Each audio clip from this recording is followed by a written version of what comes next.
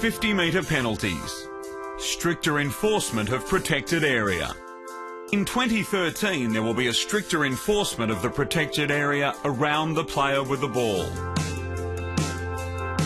The protected area is a corridor which extends from 5 metres either side of the mark to 5 metres either side of and a 5-metre radius behind the player with the football.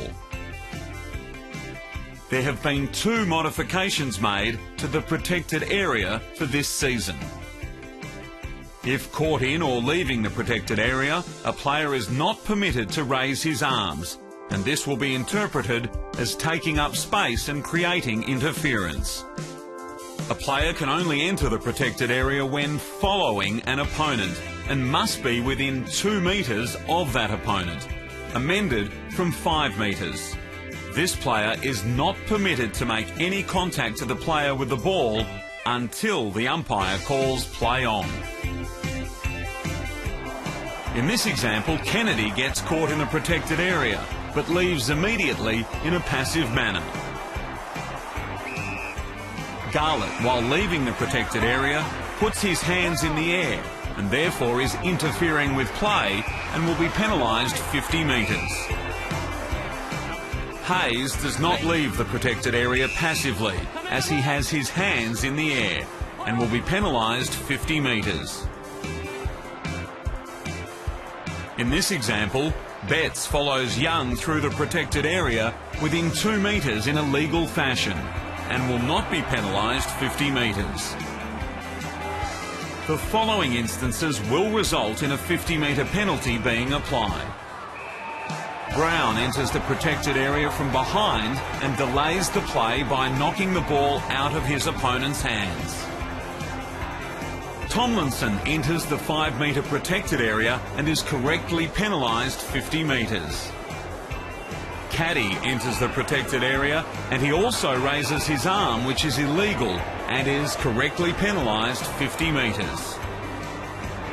Maxwell doesn't leave the protected area and is penalised 50 metres. It's 50.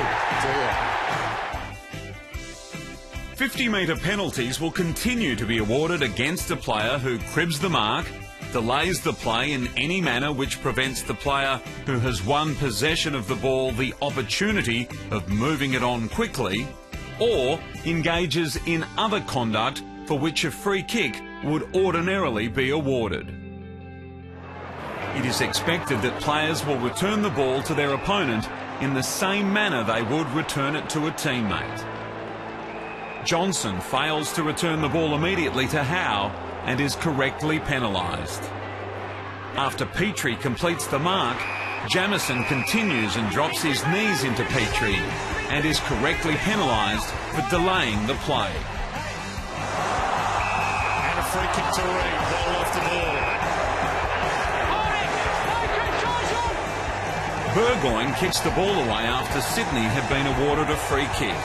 A 50-metre penalty should have been paid.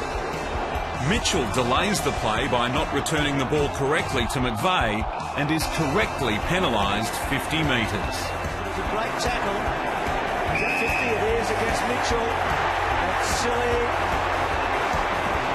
Ferrito delays the play by not returning the ball correctly to his opponent and should have been penalised 50 metres. 50-metre further infringement, greater advantage. In this example, Kerr holds Selwood off the ball, which results in a 50-metre penalty being applied. This is the greatest advantage to the team offended against. Zero tolerance to abuse. The umpires will continue to apply a zero tolerance to abuse or demonstrative behaviour. Players who infringe in this area will be penalised accordingly. Cox behaves in a demonstrative manner towards the umpire and should have been penalised 50 metres.